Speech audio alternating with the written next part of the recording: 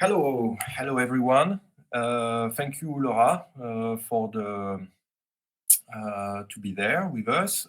Thank you very much to the students of the lab that managed to run again this invitation. And so, Laura, you work at the ZKM in Karlsruhe. So you are part of series of invitations that we made for the course Videogames in Art Laboratory, which is, I would say, a laboratory questioning video games in the field of art, maybe in the cultural field in general.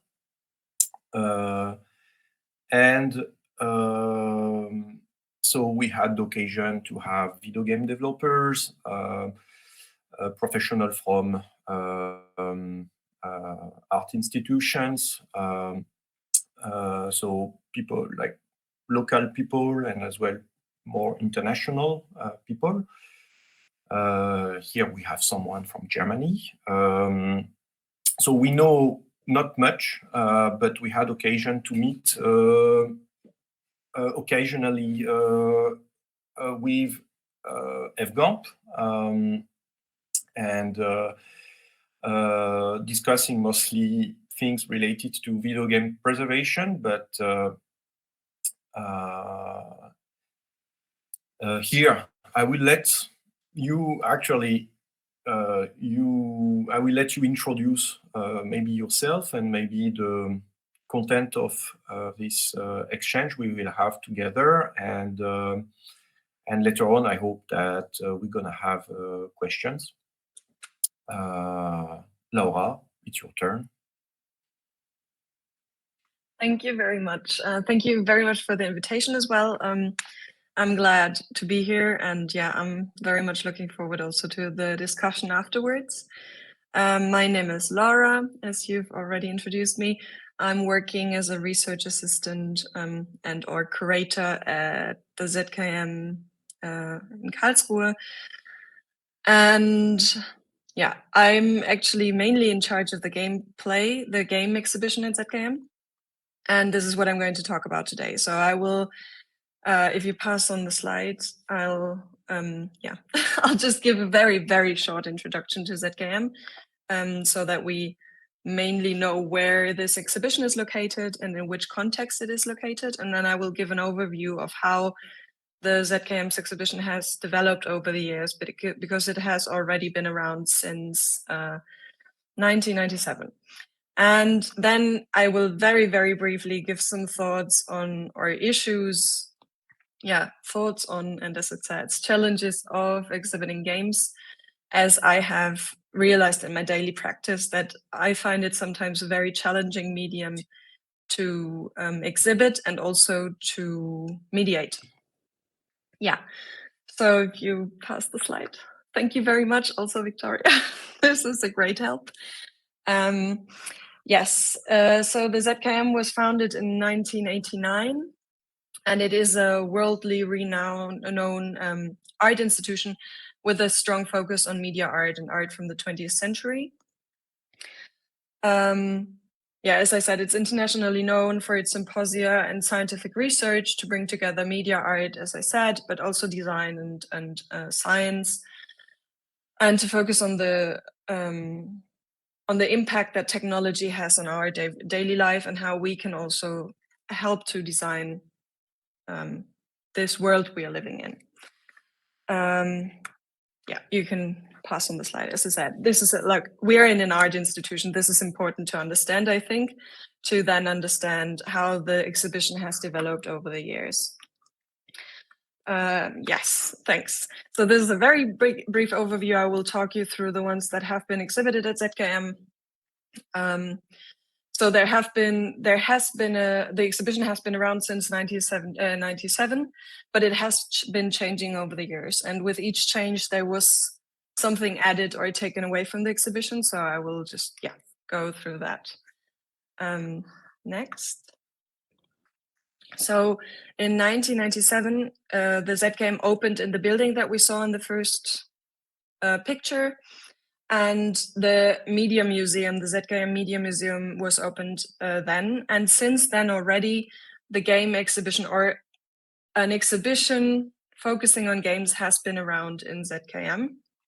Curators were the pedagogue, social pedagogue Friedemann Schindler, and the designer and scenographer Frank den Osten.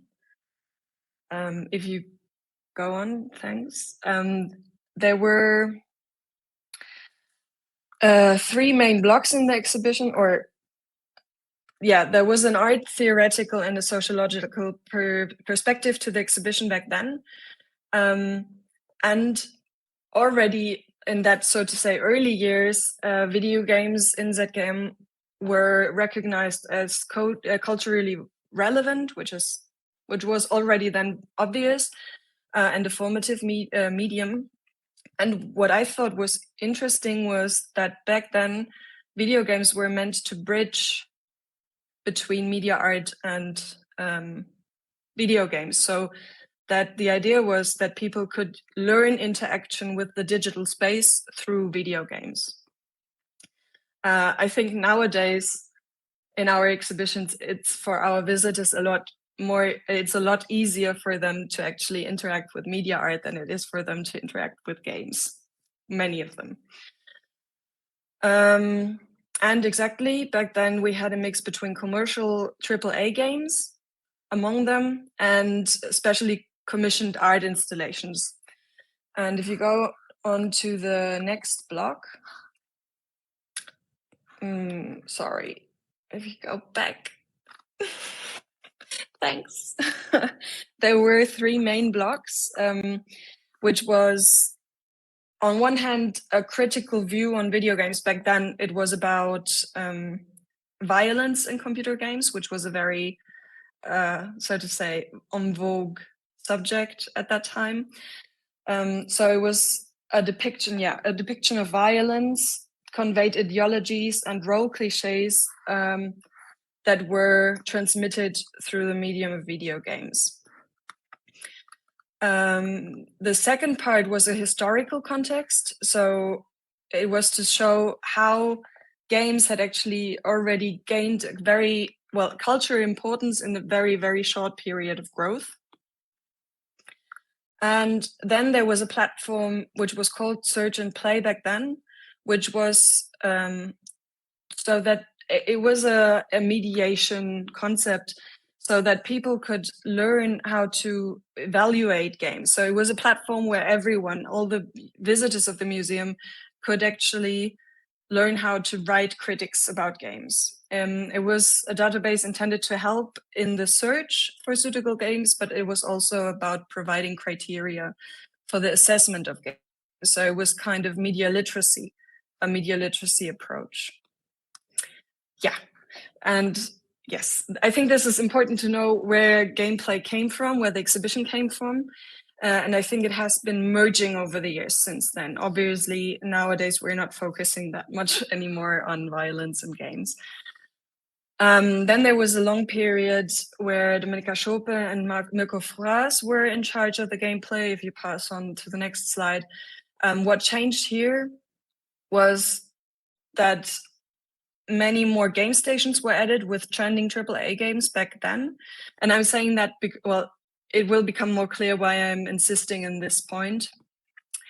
And also they juxtaposed technology used in media art as well as in video games. So down the 2 small pictures show SingStar, which probably everyone knows, and the picture on the right is Messa di Voce, which is an interactive media art installation where you interact with visuals through your voice. So the idea was to show how contemporary technologies and possibilities back then in 2004 were used in an economy or in an industry like the gaming industry, and as well in media arts. Yeah, next. Then there was a rather drastic change, I would say. In 2013, where Stefan Schwingeler and Bernhard Rexe took over the exhibition. I put 2 exhibitions on the same slide here because they moved within the building, the exhibition moved.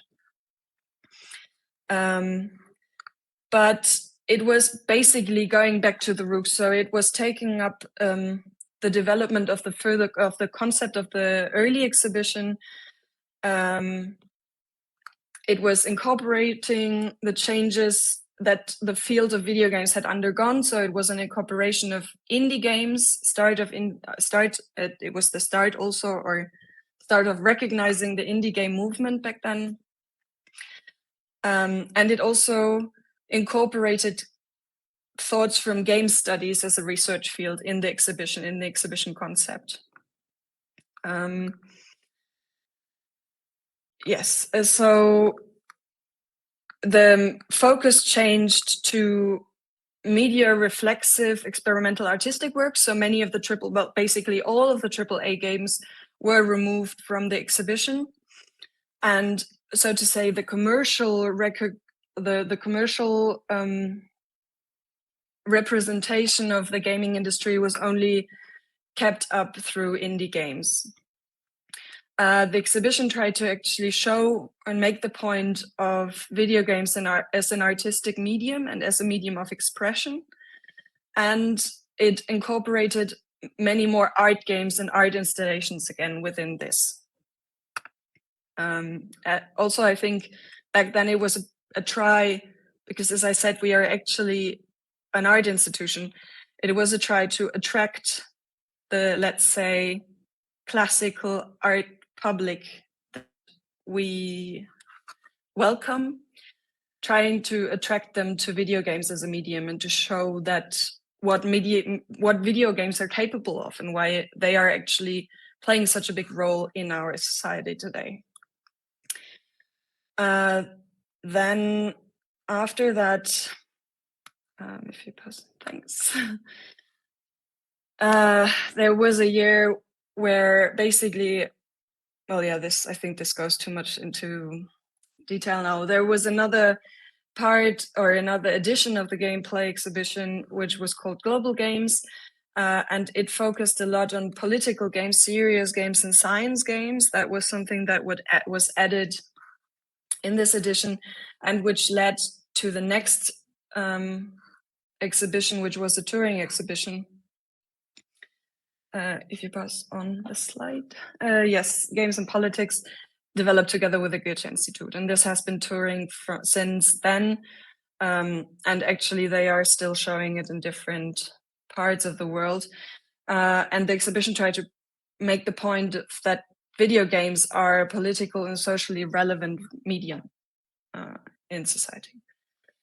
After that, thanks. The exhibition went back to its former, so to say, format, being a fusion of games, gameplay and global games. So basically the indie games and more installative games came together with serious games, and it was just keeping, new incorporations and keeping old stars, so to say. And then if you go on, we come to what gameplay is today. Exactly. So in 2018, gameplay reopened again after rebuild, and maybe you can see from the pictures we've seen before to what it is now, that a very strong focus was put on how games are exhibited and how they are put in the space and how people can play. So the design of the exhibition was changed, and they opted for example, they opted for bigger screens, for bigger instructions, so that people could actually be together in the space, sit down and have a time playing and experiencing the games we have.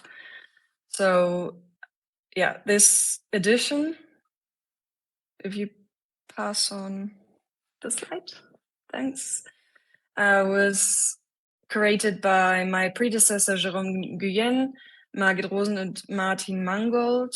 And next slide. Thanks.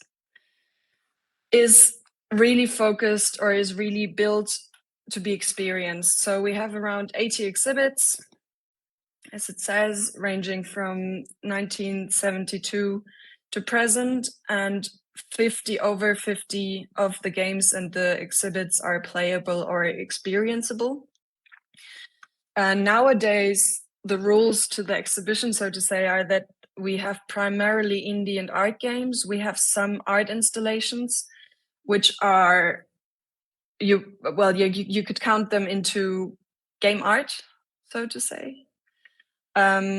So artistic installations talking about or from video games. We don't have any AAA titles, though we do have very famous indie games, and we don't have any +18 titles because our public is also very young.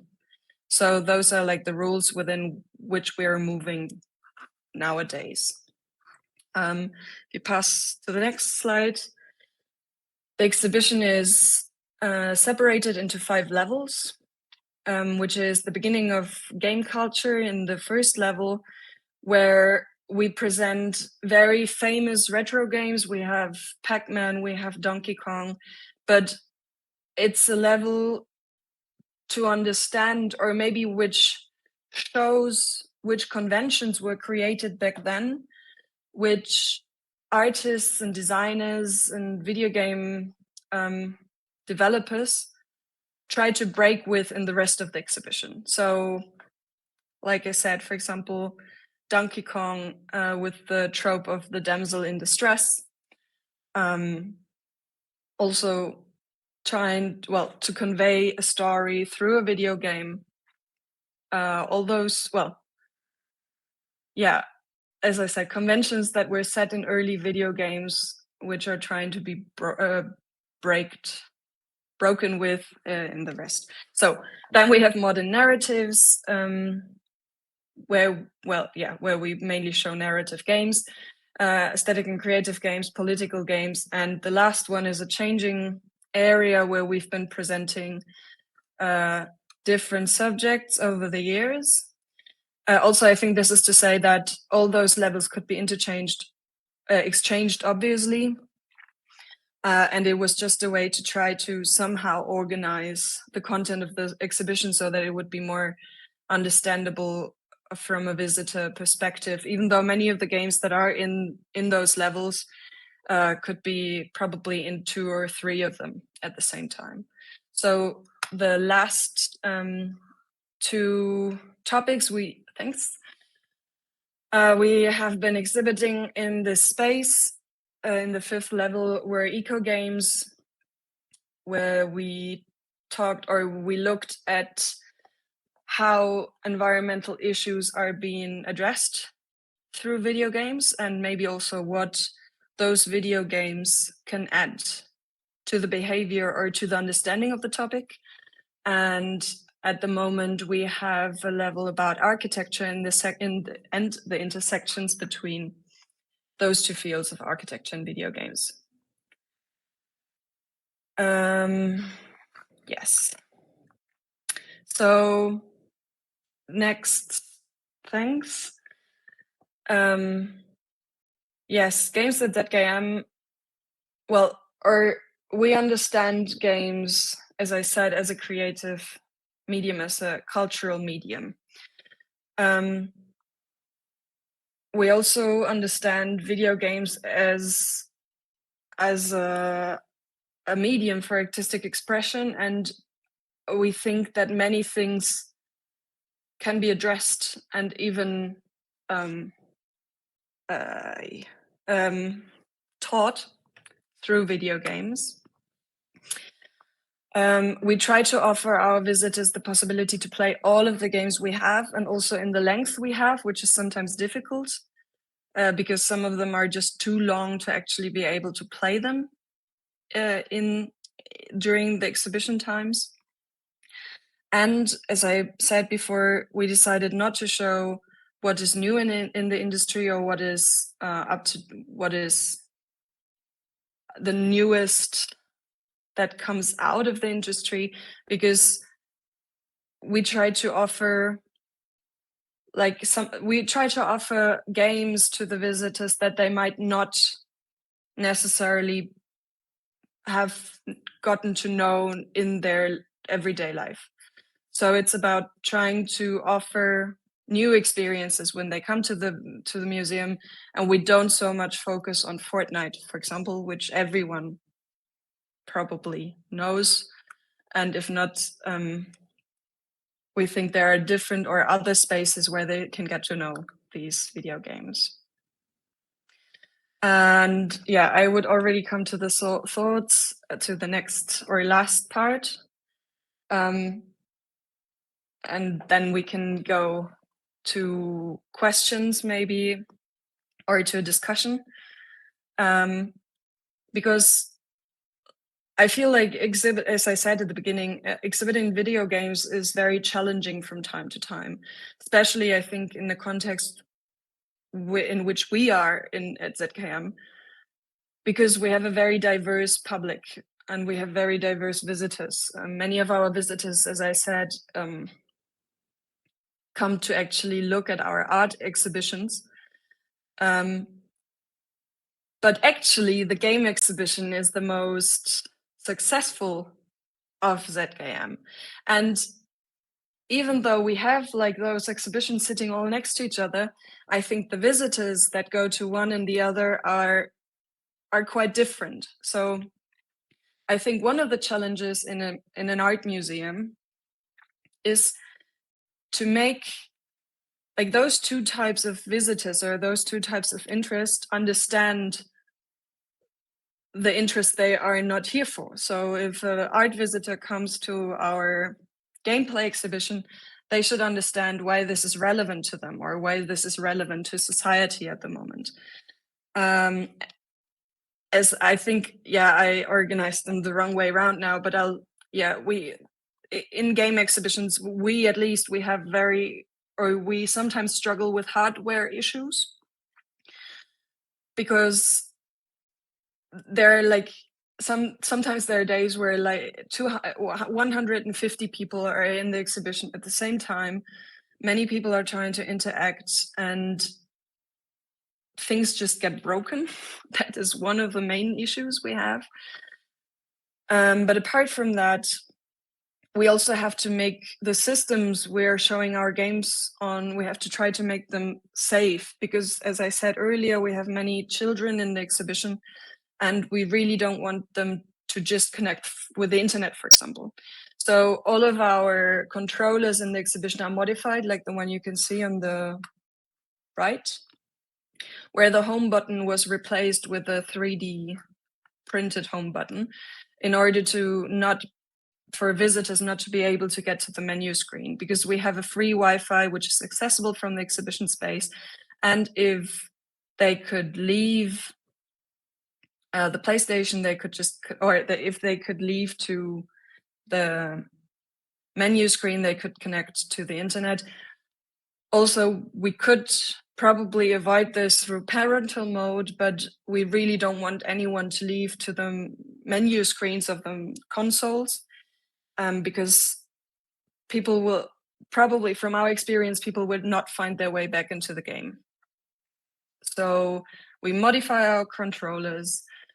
Not all hardware has proven to be suitable for exhibitions. So, for example, we run many of our games on PlayStation 4 because it is very, very stable when it runs throughout a long period of time. Actually, normally the PlayStations or the systems in the exhibition are not switched off during the week. We only switch off the displays. And nevertheless, the PlayStations run very, very stable. We tried with Switch once, and the RAM just started to be full, and we needed to on a very regular basis restart the Switch systems. And as it says here, mouse and keyboard are like the final enemies in exhibition space, because everyone could just, like, there are so many shortcuts, so we have to reduce the possibilities of shortcut usage on the keyboards in order to prevent people to get into the computer systems or the internet or whatever. Yes, this, for example, those technical issues also have, in the end, for me, for my practice, an effect on the when deciding on games, because sometimes really when something is on PlayStation or when something is not, this could be a decisive argument for including a game or for not including it in the exhibition in the end, because we need to be sure that things are safe. This is on the technical side, and if you pass on the slide, what has keeping me busy more recently is what experience to offer people that come to the exhibition. So how do we mediate games?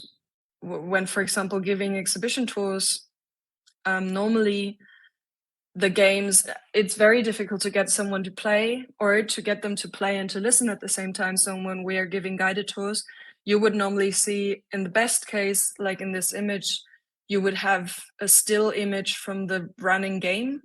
And in the worst case, you would probably only have a menu screen that you're talking about. So you're talking about a whole world behind a menu screen, at least in the way the exhibition is at the moment. In the past, we decided to not offer videos of the gameplay in the same spot where the video games can be played, because we didn't want, we wanted to nudge people to actually having to play. Another issue for playing experience in the exhibition is that the games are normally started when visitors walk up to them. So people that are not very experienced with controllers have difficulties to actually exit the game or restart the game, which I've seen many people leaving the game frustrated because they skipped the tutorial has already been passed. They don't know what the game is about. They didn't understand, or they didn't get guided through the different interaction possibilities. And yeah, if you've never played a game, you don't know that you have to restart it to actually get the whole point of it. Then another thing is, which is related to this, is how to teach people to actually use controllers if you've never done so, and to teach people the conventions controllers have. Like, for example, everything that the X button does, it's not always the same function. And we have those big, as you can see, those big drawings on the walls where we, where we show what the buttons are for, but it's, I think, still very abstract when you've never, or when you're not used to games. So sometimes it's interesting to see, where the barriers are ready for people that are not used to using controllers. And then something else, or further questions, are how to stage games, for example. We opted for for those big screens in order to make visitors, or to give visitors the possibility to actually have this backseat gaming experience where you can watch people play. So this would have been a compromise to videos that people could watch. So you can always, in principle, watch someone who is playing a game, but obviously this this means that you can also be watched playing, and some of the people who are in the exhibition don't like that. And I think, for example, playing is a very private act sometimes, so it's difficult to find a way, or I think it's interesting to find ways of bridging this private public space to present games in. And those are some of the, very roughly explained, I would say, some of the things that are, apart from obviously deciding on subjects and deciding on which games could or could not be shown in the exhibition. I think the way of how to present them and how to show them, how to mediate them are very important subjects, or very important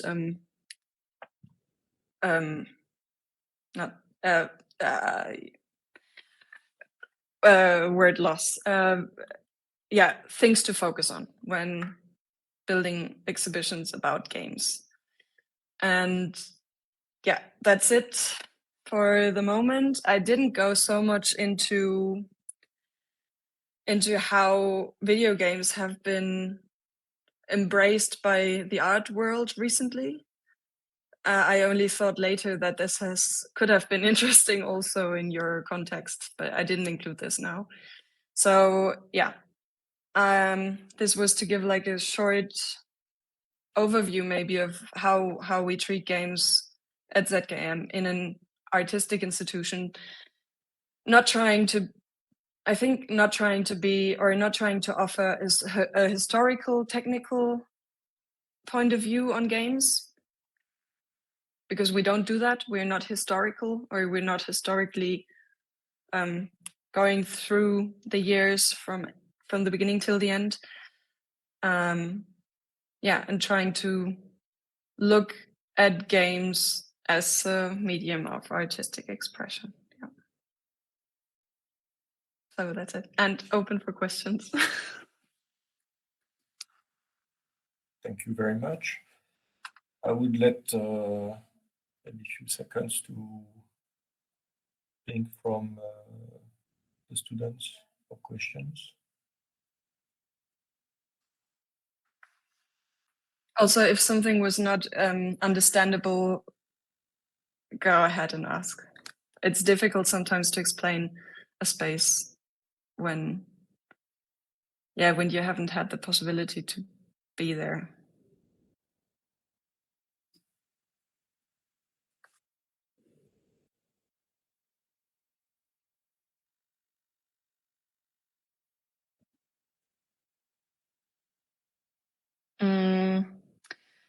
In which way do you mean?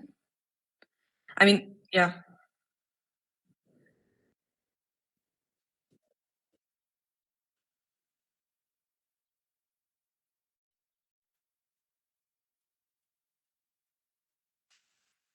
Yes. Well, I have to think about that question. I think there are many. I mean, yeah. I think there are many games.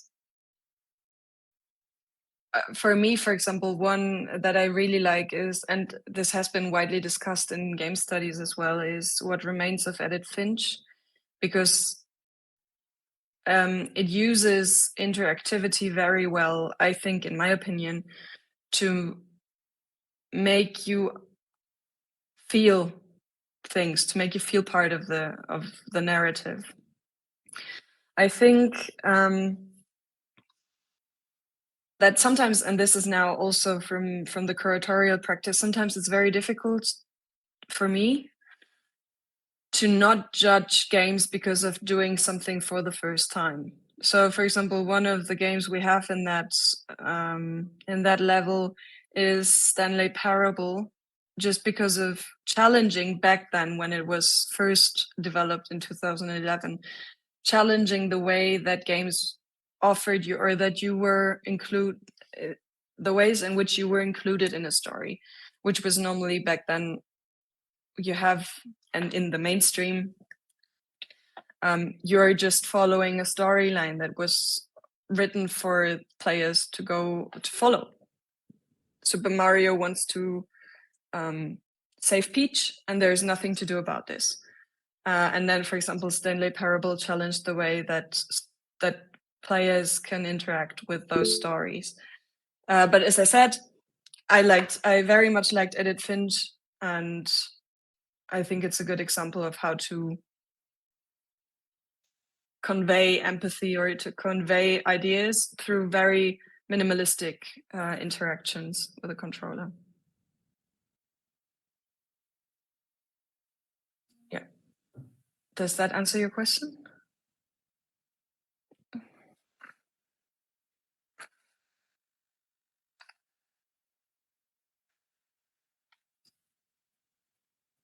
Oh, also there's another one which is not in the exhibition, but which I liked and I played it recently. It's called Bemba, and it's about the story of, it's about migrating to a different country, and it tells the story, which is actually a very, well, sometimes sad and difficult story, and it's all told through food. And I really like that way of conveying cultural identity. Yeah. You said Bendba or Benba, I'll put it in the chat. Mhm. Benba.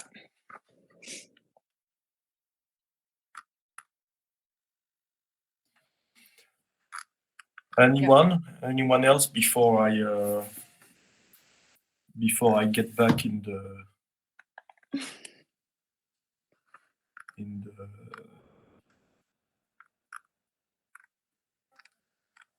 topic? Okay. So of course, I will try to not much invade the remarks and questions, because so of course everything that you talked. So personally, I feel very much concerned as part of my side activities as well, working with Level Up, the video game museum, and so first few questions about, like a question about, so you mentioned like the cooperation, interesting, that I like very much as well, this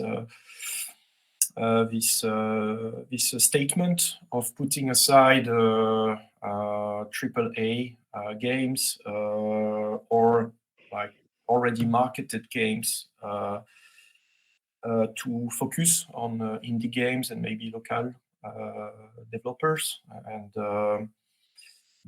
and so how far is the cooperation with like local structures, because of course it exists, I guess some association, organization, maybe isolated initiative from people that probably you are in touch with, and how this initiative from ZKM, is it considered as well in regard of Computerspiel Museum in Berlin, which is focusing, you said that the idea is not to concentrate or to focus on the history, but more on the like experience, so more like focusing on video game as art. So like, yes, how is considered from initiated people when they are discovering the exhibition, and is it yes? I think, well, I don't know about the Computerspiele Museum, because I'm not sure whether they have been here. At least we haven't talked about it yet.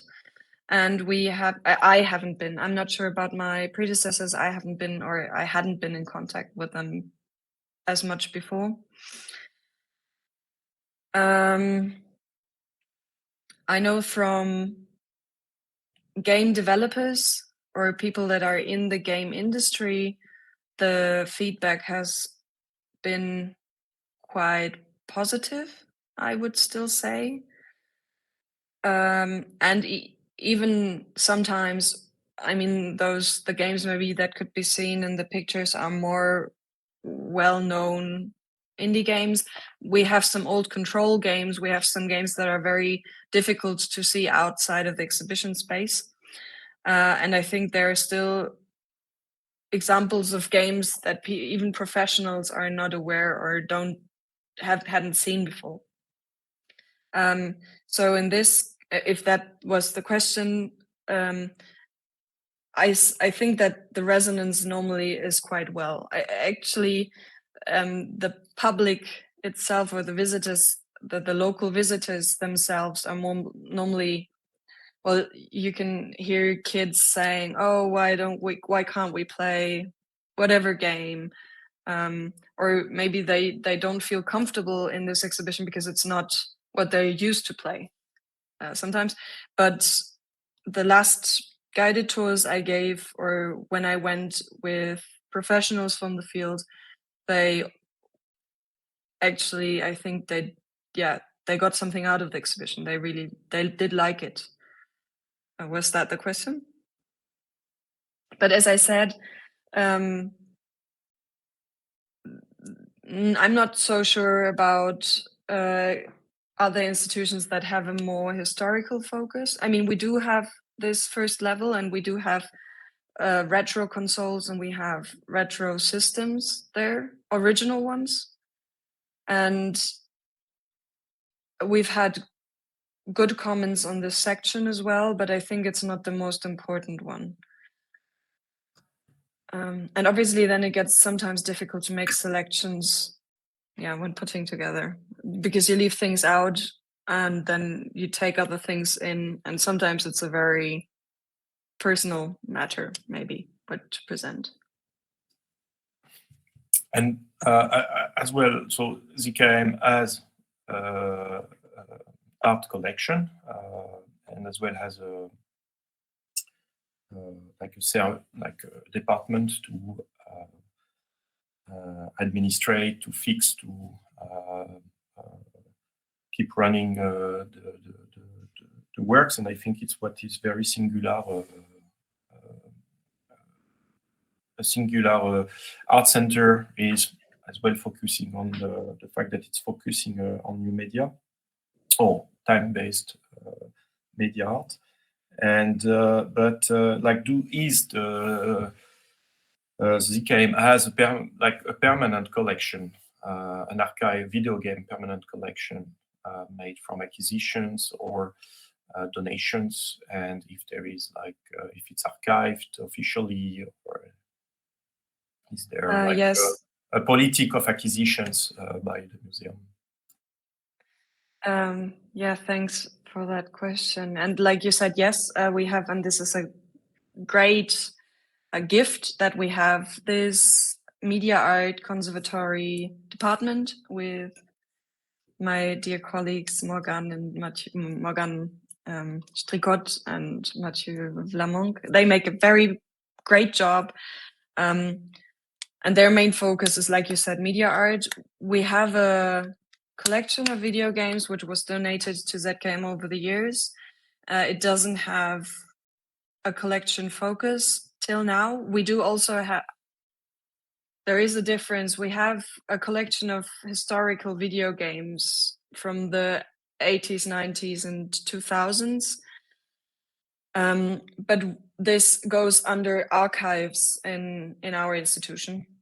And then we have some more installative works, like one of the photos you could see earlier, which are with a rocket, those old control games, which are actually in the art collection of ZKM. But we don't have, like I said, there is for the historical computer game or video game collection, there hasn't been so much a focus till now because it was donations. And to the exhibition, to the permanent exhibition, we don't have one that's explicitly only about games from the ZKM collection. But the works that belong to ZKM are also included in the exhibition of video games. And even though the gameplay exhibition hasn't been permanent probably it has been, because games, as I said, and as I've shown, have been around since 1997. So this is the only subject that has been present in ZKM on a permanent basis since the beginning. There is, for example, there's no collection exhibition on permanent display, neither for art nor for video, the video games that are in the gameplay exhibition, but there is no permanent art exhibition of the ZKM collection. There has been an exhibition 2 years ago, and there is going to be an exhibition about the ZKM collection again next year. But we don't have a collection which is only about an exhibition which is only about collections. Normally, collection works are brought into the exhibitions that open, and it's a mix. Yeah.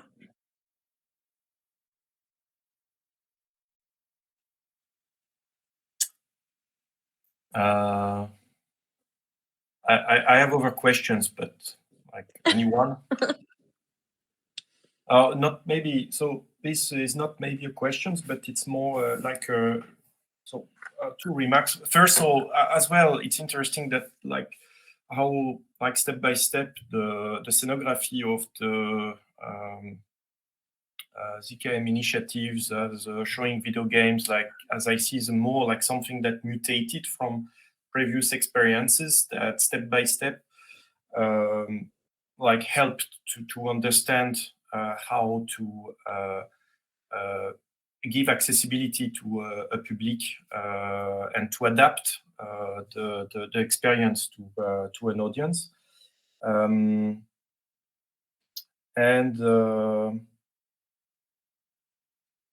as well, like I think that you mentioned that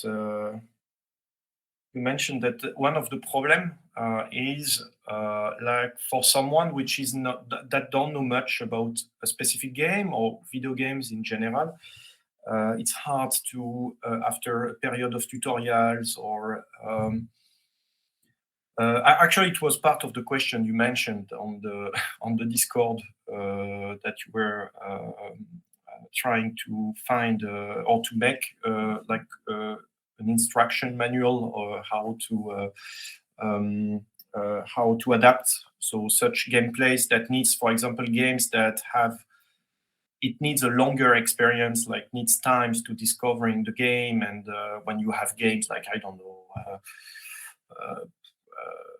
I would even say like yes, well I don't know, let's say Last of Us, but like it's even like out of topic because it's updating games, but yes, but okay. But I think that so it's more a remark that with the experience we have in Level Up, I don't think.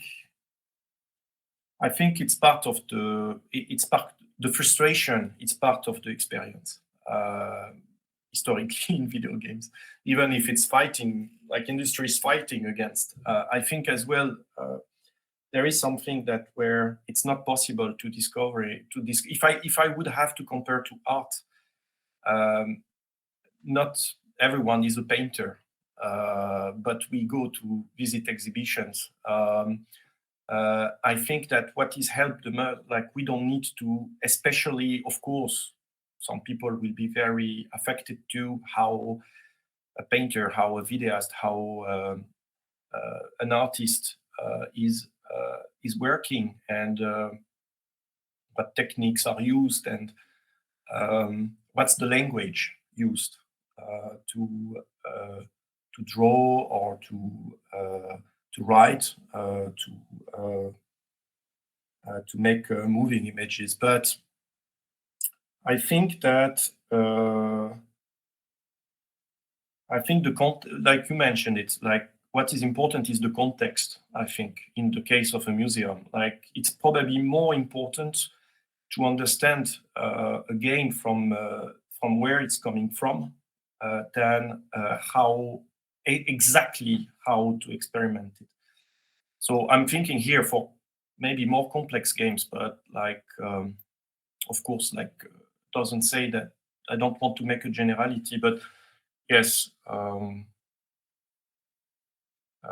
So it was more a remark. So maybe I'm wrong. Maybe it's because I don't have the capacity of maybe overpass this difficulty to get access exactly, like to give exactly how to. But as well, like the experience of games are so different.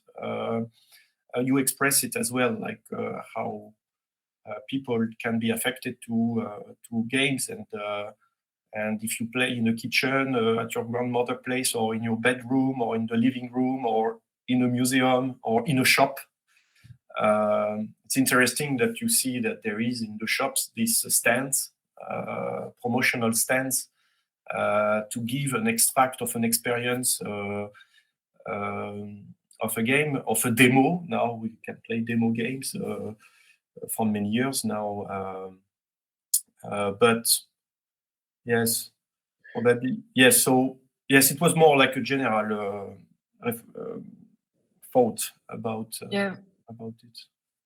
Yeah, we've been discussing this as well, and I think up to a certain point, you're right in that games sometimes are frustrating, and they're meant to be frustrating. But I think on the other hand, the comparison would be if we're not painters, we're not game developers. We don't need to be. But I think as well as museums try to give visitors clues for looking at art or for contextualizing art and then experiencing this art, I think in our case, I think we should try to offer visitors the possibility to experience the game, even though they don't end up liking it. But I think it shouldn't be, some of the games are, so to say, easy to learn, and I think we should offer the possibility for people to get to this experience if they want to. And I think in this case, for example, I'm really not sure whether instructions are enough to give people clues to how to play games. Sometimes it's just understanding, it's a feel of haptic, it's muscle memory. So I wonder whether a way of getting people to play games would be a tutorial, a game which is like PlayStation has done it or Oculus has done it, to actually one game, one interactive experience to explain how this interface that you have in your hands works. And then people can still decide whether, for example, they want to play an overly complicated game, whether they like to put up with this frustration. For one good example, I think for frustrating and very easy video games is Getting Over It, where it's not at all hard to get into the game, but it's very difficult to then be good at it. And then people can decide that they don't like the way video games frustrate you, but the interaction shouldn't be like, I think the feeling shouldn't be to go out of the exhibition and say, I don't have anything to do with games, because I think this is not true. And sometimes I think it's a failure of the institution to make this experience accessible on some way. Yeah. But as well, but I think that there is not only one game to experience in the exhibition as well. So as well, it's there is the sensibility can be accurate with the different experience. So I realize that with time, like that I think people, when I see people that they come to the museum have absolutely no clue why they are here, and like I know nothing about video games, but step by step you see that they try the things, and at some point there is a catch, and it will be always a different game. I even like there is the games, but as well there is, when you think the games as an excuse for other media, sometimes I have people that they just stop from the library, from the books, and they just find something, and like they just like get into it. And I'm thinking sometimes that as well there is, I think video games can be an excuse to get into video games, but without having especially an interaction with the medium itself. And so that was more about my point, that some games are maybe even not made to be exhibited in museum. Like they can be shown, but like they were not planned to be. Yes. And so yes. But I think it's in a way as well a bit anecdotic. I wanted, if you don't mind, I know you are maybe very tired, even the students, I think. No. But I was a bit. I had a small tricky questions. Question with not question, maybe question remark that we had last time.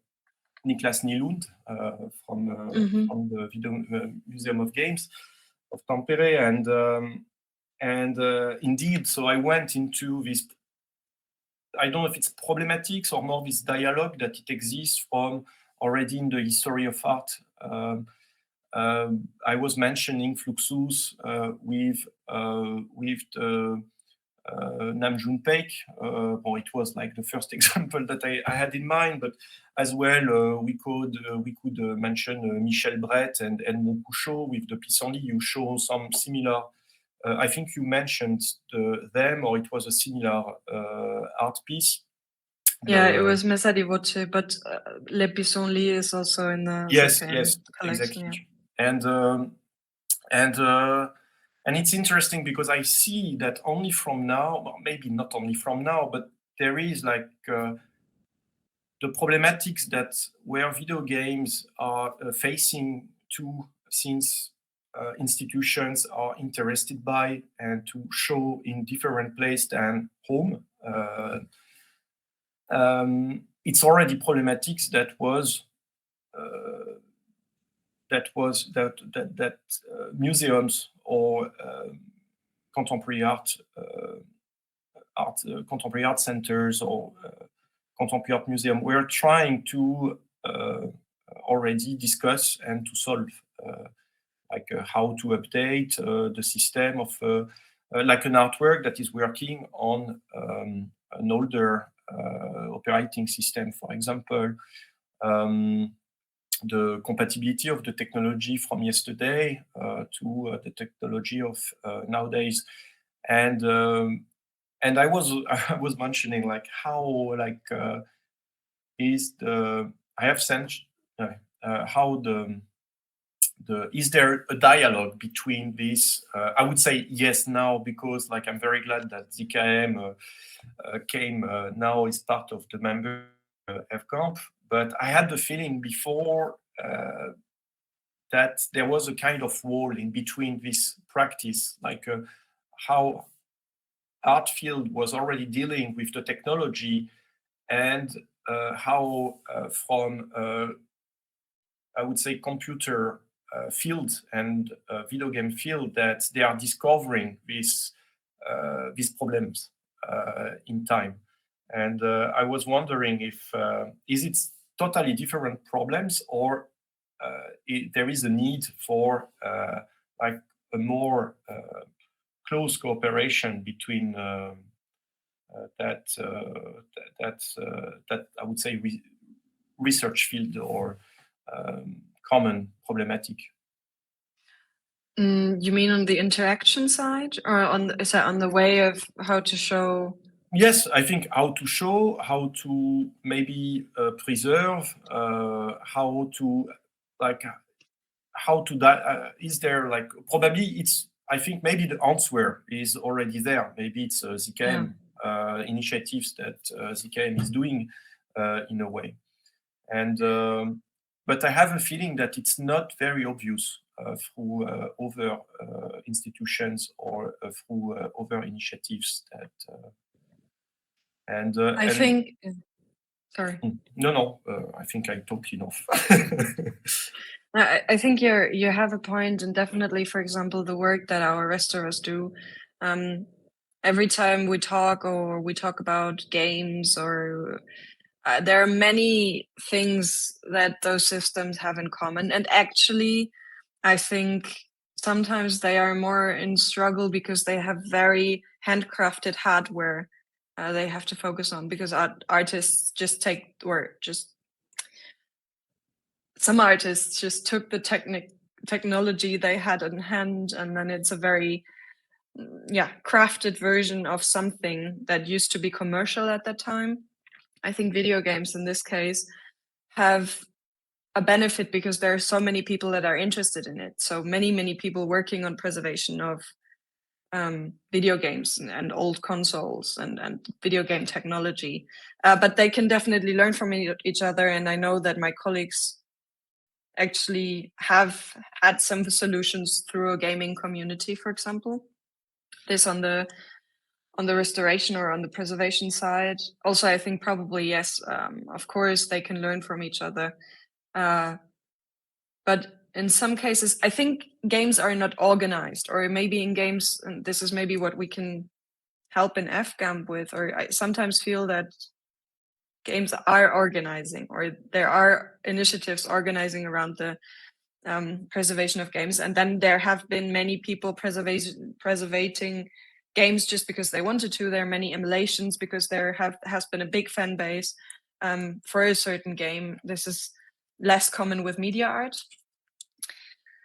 Then I think from the art perspective, video games have had a difficult position because there has, or at least I can tell from ZKM that obviously, I mean, there have been games around, but there has always been a certain conflict around games as a popular medium, games as pop culture against art and high art or fine arts, and how to integrate those together. And I think some of those discourses are losing strength further and further. There have been parallelities, I think, in the ways technology was used. And I think probably this is why we also focus on indie games, because sometimes if you don't need to satisfy, or you don't want to satisfy a huge market of people, of players, of a fan base, you can be more creative. I think this is something that art has, and that can be definitely observed in indie games. And what I find very interesting, as I said, I didn't include this in this presentation now, but arts are trying to incorporate, or arts have been incorporating, obviously, technologies. They have pushed technologies in certain moments, but arts comment on society. And I think recently there has been a lot more art that deals with gaming technology. So it's this try to appropriate a technology and a world and maybe a field again from the arts. And it's I find it very interesting to see how art institutions are focusing on this way of presenting gaming technology in games from this haute couture point of view, maybe, rather than including games as a societal or as a social medium, as a cultural medium. It's always try to approach this technology through very precise or very well-defined artworks. And I feel that many, and this is my personal, me as a person, I feel that many of the artists that are nowadays dealing with gaming technologies lack understanding of games as a medium. So I think they don't really comment on the possibilities and also issues of games, but they rather use the technology to get their point across, but not so much to focus on. They don't comment on games from my point of view. Yeah, I lost track as well now, but I think, yeah, there are parallels and there are also many conflicts between those fields. And I think there's still also the conflict of not wanting to be part of the other side. So I feel that there are not many artists that are, for example, working with game developers. Because, well, I don't know why, but probably because of feeling that if you work with a professional game developer, then maybe you end up being commercial or something. I don't know where those fears come from, but this is an observation I've done. And I think that art and also games could benefit a lot from those collaborations between the two fields, because you get points of view on the subject. Yes, I think it's a very large. Yes, it's a long topic. Yes. We could compare to what makes where is the limits between fine arts and design, for example, yes, or yeah. handcraft and Yeah. yes. So, but let's put like suspension points. Yes. Yeah. Even if I would be super, but yes, of course, it's. I don't know if it's problematic, but yes, it needs. Do you think it could come from yet like that we don't have yet? Uh, Maybe these video games has been very well defined nowadays. Like maybe it's because of that as well. Like it's something that is.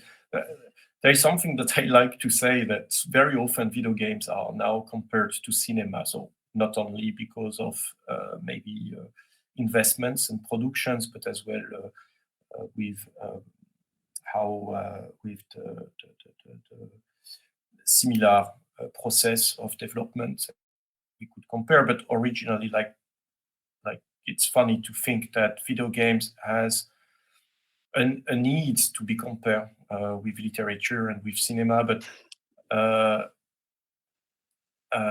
of course music. And there is like for me, it's a bit of stereotypes to only say that it's art because there is all these art forms together, and very rarely compared to games. And like for me, when I think about video games, I think my first experience with board games. That board games later on, like more advanced part was electronic games. That was more like even with a mechanical aspect included inside that like moved to video games, and but it was not like, oh, let's make interactive cinema. Like if you compare, I don't know, Pong, and you cannot compare Pong with Terminator. Like there was, it's not because it's on the screen that it has to be the same media. And so yes, but I will not develop much right now with that idea. Yeah, but it's interesting how conflicted this still is, and how the worlds are still trying to separate so much. And also, it's interesting on how indie games in a first. I mean, this always happens, but indie games are now also sometimes just a tag to better sell small game productions. But yeah, that goes too far now. I'm thinking about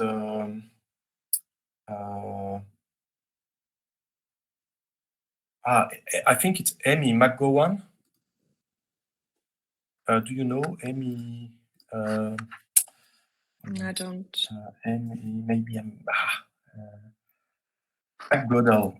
McGoodall. No. No.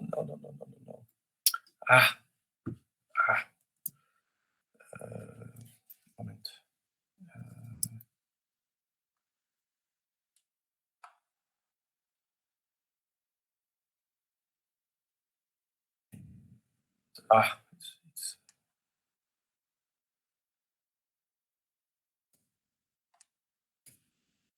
No, Jen McGonigal. Sorry, Jen McGonigal. Gaming can make a better world. So I was thinking right now. I was thinking about her as well. Like we didn't talk much about that. We don't have time, of course, but like it's a very interesting media that could. So like at that time, like I don't know what is she working on exactly now, but she was her thesis was about that how video games can help as well to solve conflict and situations like in fictive environments, but as well that how this like its problematics develop in game studies as well. But like we are living in a conflictual world with a lot of problems related to, of course, environment and social, religious, and maybe it's a media that or a medium that could be used maybe more as well to to be even more connected with that. With this, maybe it's missing a phase with the in the world where we are living, that probably artists manage to take with hands that video games in terms of in the way of the industry, it become more like a narrative than a tool to how far it would really make the world, make a better world. And there is of course experimentation toward that. There is definitely interesting things, but yes, probably we are living still in the prehistorical age of video games, that didn't yet mutated as far as over a way of expression that compared to photography is a very young media as well, video even more younger. So it's very hard to see like video games as already didn't manage to reach his his final transformation. But yes, it was more like a personal thought. Anyone else? What is the profile of your group? I'd like to know, because it's called Videogames in Arts. What do you guys, students, do? What do you study?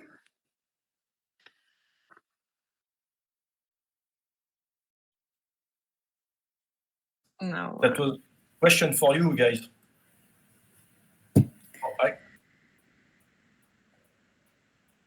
I study interior architecture, so for me it's kind of interesting to see the exhibition spaces.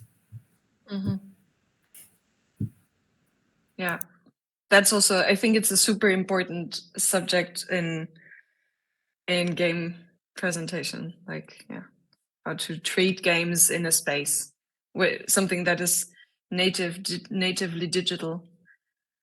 Yeah. So, yes. Okay. Mine is interaction design, but my background is also computer science and engineering, so I'm trying to combine everything together to create something more better. Yeah, cool. Yeah, like I said, I think, this is also very, very important. Also, obviously, for me, it would be important from the interaction design in the space, not so much with the game itself, or also, but how to get people to interact with those systems and worlds. I think, cool, okay, good. Also, fun fact, probably you know, but in MoMA, games are in the Department of Interaction Design, not art. I'm studying, it's like amalgamation of service and product design. Then the program is called Design and Technology's Future. And Gleb, who is running the stream, is first year bachelor in photography. But I think that why we all took this subject is because we all love video games. Yeah, I do. Well, sometimes I don't as much, but I usually do. But that's I would say the specificity or singularity of this program is that we don't have video game developers. We have art students that are from different fields, and that was a bit as well the idea joining like this different knowledge and experience on a common ground as video games, not especially for like making video games, but more like how to think practice through the perspective and prisms of interactive entertainment, and how it has an impact of our like critical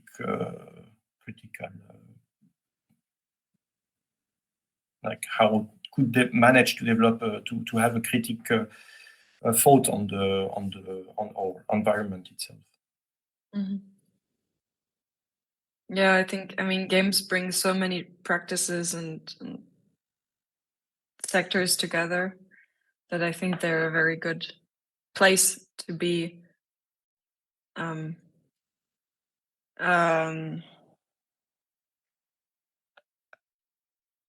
Yeah, I can't think of the word now, but yeah, to focus on it from different perspectives as well. I think it's games can always surprise. That's like my take. One of the last last meeting, because you are the last guest from the course. Sorry, there is one more with Alexei. But like in May, some of the students from this course we all go to a maze. Oh, really? In Berlin. So maybe will you be there? It's not yet decided. I'm trying to be sent. Okay. But if I'm there, and if I'm there, I will let you know then, definitely. Great. Would be nice to meet you there. Yeah. Yeah. Same.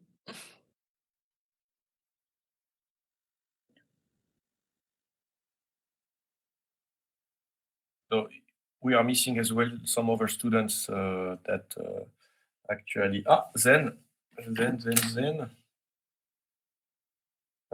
Yes, we have as well some students are not with us that are usually full of questions, but I think that